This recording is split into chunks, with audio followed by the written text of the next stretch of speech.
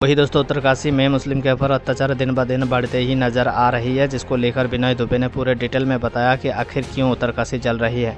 उत्तरकाशी जो कि उत्तराखंड का एक हिस्सा है, इस समय जल रहा है। किसी के पास कोई तथ्य नहीं, आधार नहीं, लेकिन एक भीड़ लगातार मुसलमानों पर अत्याचार करती हुई दिखाई दे रही है। कुछ तथ्य, कुछ कारण उन्होंने दिए हैं। आज उसी तथ्य, उसी कारणों का पड़ताल विनय दुबे इस विश्लेषण के वीडियो में करेगा। उत्तरकाशी में जो बवाल है, आखिर ये शुरू क्यों हुआ।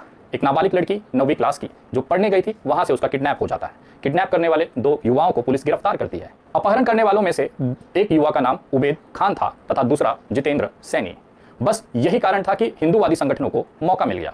उनके अंदर लगातार मुसलमानों के खिलाफ पनप रही नफरत को एक आधार मिल गया, जिसको इस घटना के कंधे पर बंदूक रखकर निशाना जो उन्होंने लगाया वो मुसलमानों पे लगाया। जितेंद्र सैनी नाम का एक युवक मुसलमान तो नहीं हो सकता। आखिर उसको नजरअंदाज करते हुए, केवल उबैद खान को लौ जिहादी दिखाते हुए हिंदूवादी संगठनों ने उत्तरकाशी के लगातार हर दुकानों पर जाकर पोस्टर चिपकाने शुरू किए कि 15 जून तक आप ये दुकान और ये घर खाली कर दीजिए। पुलिस महकमे के सामने, पूरे प्रशासन के सामने मुस्लिम घरों को टारगेट कर उनके दरवाजों पर लाठियां मारी गई, घरों में तोड़फोड़ की गई, दुकानों के शटरों, उनके बोर्डों को सत्यानाश किया गया। ये सारा चीज पुलिस महकमे के आंखों के सामने हुआ। यहाँ तक कि वहाँ की जो स्थानिक अदालतें हैं, उसके बाहर हजारों की संख्या में हिंदूवादी संगठनों ने आंदोलन किया और ये दावा किया कि उत्तरकाशी में लगातार मुसलमानों की जो जनसंख्या है वो बढ़ रही है, जिसके कारण से यहाँ पर जो अपराध है वो बढ़ रहे हैं। ये जो तथ्य है, जिसके आधार पर यह बताया गया कि देवभूमि उत्तराखंड में लगातार मुसलमानों की आबादी बढ़ रही है और एक दिन ये देवभूमि नहीं रह जाएगी, ये मुसलमानों का राज्य बन जाएगा। आज इसी तथ्य पर मैं आपको रिसर्च लेकर हाजिर हूँ। क्या वाकई में उत्तराखंड के अंदर मुसलमानों की आबादी बढ़ रही है? आखिर मुसलमानों से इन हिंदूवादी संगठनों को क्या दिक्कत है? और ये जो पलायन का जो पूरी भूमिका है वो क्यों रची गई है? इन तमाम सवालों के जवाब इस वीडियो में आपको मिल जाएंगे। शुरू करते हैं जनसंख्या को लेकर। उत्तरकाशी में कितने प्रतिशत मुस्लिम हैं? कितने लोग मुसलमान कैटेगरी में आते हैं जो कि उत्तरकाशी में रहते हैं?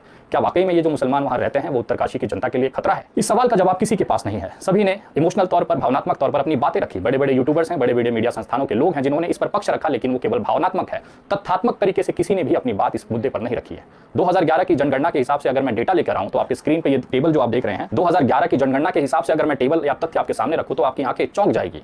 ये आपके बगल में जो उत्तराखंड के जिलों की आबादी दिखा रही है, मुसलमानों की आबादी और उसका परसेंटेज है, सबसे नीचे अगर आप देखेंगे तो उत्तरकाशी आता है। 2011 की जनगणना के हिसाब से उत्तरकाशी में केवल 3554 लोग मुस्लिम कैटेगरी के थे, यानी कि मुसलमान थे। अगर परसेंटेज वाइज उसका आंकड़ा देखा जाए तो ये आंकड़ा है 1.08%। केवल 1% 2011 में थे। अगर 2023 की मान लिया 3 गुना भी अगर आप बढ़ा दो तो 3% की आबादी हम मान लेते हैं, क्योंकि 2011 के बाद कोई जनगणना हुई ही नहीं है तो हमारे पास आंकड़े नहीं है। एक अजम्पशन के हिसाब से अगर 3 गुना भी ज्यादा अगर मुसलमान उत्तरकाशी में बढ़े हैं, अगर उसका आंकड़ा 3% भी मान लिया जाए तो 97% हिंदू आबादी होते हुए भी ये दिखाना चाहते हैं कि 3% मुसलमानों ने इनकी अमन और चैन छीनी हुई है। क्या आपको लगता है ये मुमकिन है? जो हिंदू बाहुल्य इलाका है, जहां पे 97% हिंदू रहते हैं, वहां पे ये 3% जो कि व्यवसाय, दुकान, अपने रोजगार के लिए वहां पर हैं, जो कि स्थानिक हैं, जनगणना के हिसाब से वहां के वो मूल निवासी हैं, ऐसे लोगों से 97% हिंदुओं की फटी पड़ी है। ये वो तथ्य है जिसको छुपाने की कोशिश कर रहे हैं आंकड़े के हिसाब से। ये सरकारी आंकड़ा है। चलिए अब आते हैं दूसरा, एनसीआरबी की जो रिपोर्ट है, नेशनल क्राइम रिपोर्ट जो कहते हैं, जो सेंट्रल भाजपा की सरकार हर महीने रिलीज करती है कि किस राज्य में कितने क्राइम हुए, उसके रिकॉर्ड्स, एफआईआर की कॉपी, बलात्कार वगैरह वगैरह। अगर आप, मैं इस आंकड़े को नहीं दिखा रहा हूं, आप खुद जाइए एनसीआरबी की साइट पर जाइए, वहां पे उत्तराखंड के उत्तरकाशी का जो जोन आता है उसमें अगर आप एनसीआरबी की रिपोर्ट दिखाएंगे तो 97% से ज्यादा जो क्राइम हो रहे हैं उसमें जो आरोपी हैं वो शॉकिंग तौर से हिंदू हैं। ये एनसीआरबी की रिपोर्ट है, दिल्ली की सेंट्रल गवर्नमेंट के अंदर आती है, भाजपा सरकार के अधीन है। उत्तराखंड में भी भाजपा की सरकार है, दोनों ही सरकारें भाजपा की हैं। उसके बाद जो एनसीआरबी ने जो रिपोर्ट दी है वो उसके हिसाब से उत्तरकाशी में जहां पे ये बवाल मचा हुआ है, वहां पे क्राइम, ये कह रहे हैं ना कि मुसलमानों की वजह से अपराध बढ़ रहे हैं, तो 97% जो आरोपी हैं, जो क्राइम के हिस्सेदार हैं, चाहे वो बलात्कार का आरोपी हो, घर फोड़ी का हो, चोरी का हो, छुटपुट मारपीट का हो, उसमें 97% से ज्यादा जो आरोपी हैं वो हिंदू हैं। तो इनके जो 2 तथ्य हैं वो लगातार फेल होते दिखाई दे रहे हैं। हिंदूवादी संगठनों ने यह दावा किया है कि मुसलमानों की आबादी बढ़ रही है। 2011 में 1% मुसलमान था, अब हम 3 गुना ज्यादा मान लेते हैं, तो 3% भी अगर देखें तो 97% हिंदुओं की इन 3% मुसलमानों से फटी पड़ी है। ये हिंदूवादी संगठन दावा कर रहे हैं। उसके बाद ये कह रहे हैं कि अपराध बढ़ रहा है, तो 97% एनसीआरबी की जो रिपोर्ट है उसके अंतर्गत ये दिखाई दे रहा है कि जो आरोपी है वो मुस्लिम नहीं है। 97% की जो आरोपित जो एफआईआर में दर्ज नामजद आरोपी हैं या गिरफ्तार आरोपी हैं, उनकी 97% की जो आबादी है वो हिंदू अपराधियों की है। तो ये बवाल क्यों मचा है? दुकानें क्यों खाली कराई जा रही है? दरअसल वहां पे जो हिंदूवादी संगठन है उनके पास कोई रोजगार नहीं है। वो बेचारे कब तक झंडा फहरा के जिंदाबाद मुर्दाबाद के नारे लगाएंगे? सोशल मीडिया पर कब तक 2 रुपया दिहाड़ी मजदूरी कर वो अपना घर चलाएंगे? आज के महंगाई के जमाने में ये बहुत ज्यादा मुश्किल हो चुका है। शायद यही कारण है कि वहाँ के जो स्थानिक, जो लो कैटेगरी के जो काम है, जैसे कि कढ़ाई का काम, बुनाई का काम, किराना का दुकान, उसके बाद टाइल्स लगाना, इलेक्ट्रिकल काम, इन कामों पर इन हिंदूवादी संगठन के कार्यकर्ताओं की नजर है, जिसमें कि मुसलमानों की सबसे बड़ी हिस्सेदारी होती है। जितना भी मेहनत का काम होता है, जिसमें कि जो इनकम है बहुत लोवेस्ट होती है, वो मुसलमान करता है। अगर आप अपने आसपास देखें तो इलेक्ट्रिशियन का जो काम है उसमें अधिकतर आपको मुस्लिम मिलेंगे, क्योंकि उसमें जान जाने का खतरा होता है, शॉक लगने का खतरा होता है। बहुत कम आपको हिंदूवादी लोग उसमें दिखेंगे। टाइल्स लगाने का काम, कारीगरी का काम, इसमें भी आपको मुसलमान ही दिखाई देंगे, क्योंकि इसमें मेहनत बहुत ज़्यादा है, आमदनी के नाम पे बहुत लोवेस्ट इनकम होती है। लेकिन मुसलमान जो है हार्ड वर्किंग करने वाला इंसान है, लगातार सदियों से, दशकों से वो भारत के औद्योगिक विकास में अपना योगदान दे रहा है। यही कारण है कि जितने मेहनत वाले काम है इस कैटेगरी पर भी अब इस हिंदूवादी संगठनों का नजर पड़ी हुई है। शायद यही कारण है कि उन्होंने मुसलमान लोगों को न टारगेट करके वहां के दुकान, वहां के व्यवसाय को टारगेट करना चालू किया। अपराधी तो जितेंद्र सैनी भी था, क्यों केवल खान नाम के इंसान को ही आगे करके लव जिहाद करके ये मामला चलाया गया।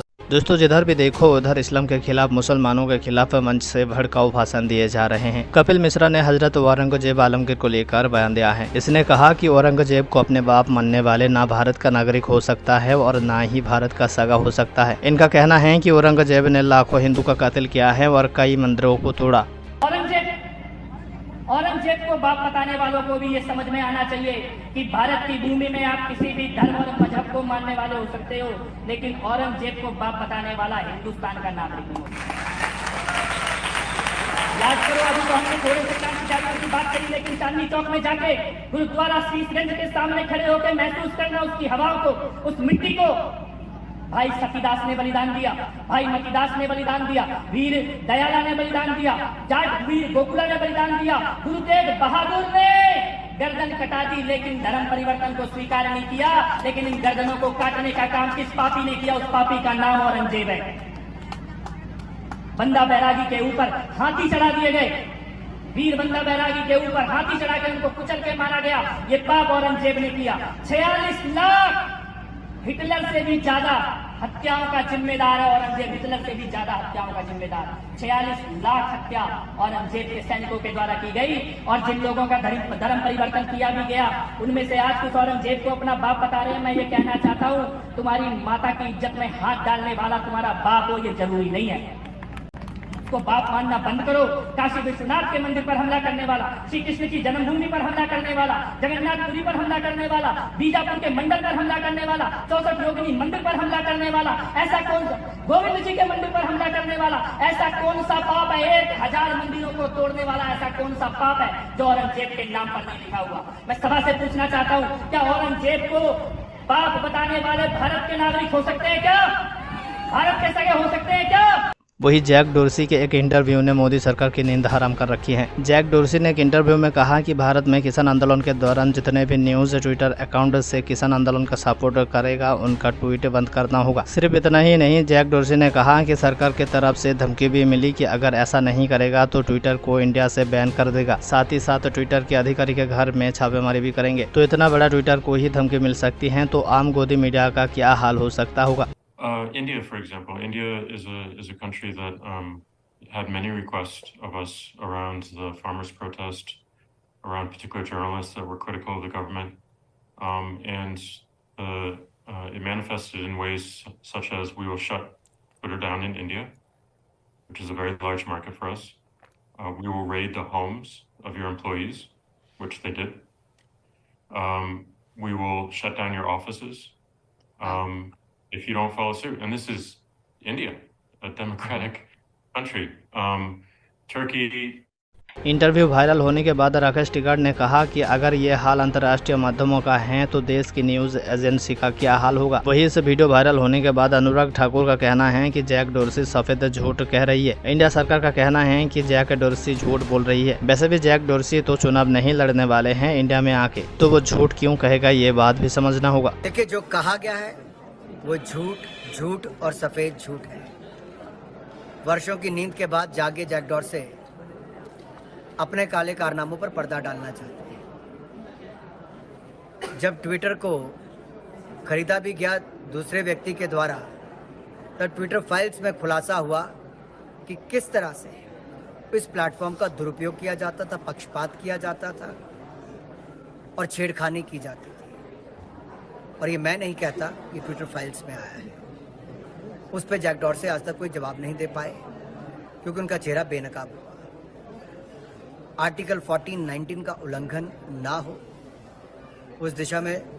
और दूसरा, राजीव चंद्रशेखर जी जो हमारे minister of state for information technology हैं, उन्होंने अपना बहुत विस्तृत इस पर जवाब दिया है, जो अपने आप में देश के सामने पूरी जानकारी रखता है और सच्चाई सामने लाता है और दिखाता है कि कैसे जैक डॉर्सी ने झूठ बोला है और केवल राजनीति करने का प्रयास किया है। टाइमिंग पे आप शंका करते हैं प्रधानमंत्री का विजिट और उन सब देखिए, बहुत सारी विदेशी ताकतें जागती हैं जब भारत में चुनाव आते हैं, और उनका प्रयास दुनिया के सबसे बड़े लोकतंत्र, मदर ऑफ डेमोक्रेसी में कुछ ना कुछ विघ्न पैदा करना होता है। झूठ फैलाने के प्रयास किए जाते हैं और एक जो तनाव पैदा करने की परिस्थिति खड़ा करना, इस तरह के काम किए जाते हैं। दोस्तों इन सारे मामले पर आपका क्या राय है कमेंट करके ज़रूर बताना और हमारे चैनल को सब्सक्राइब कर लेना।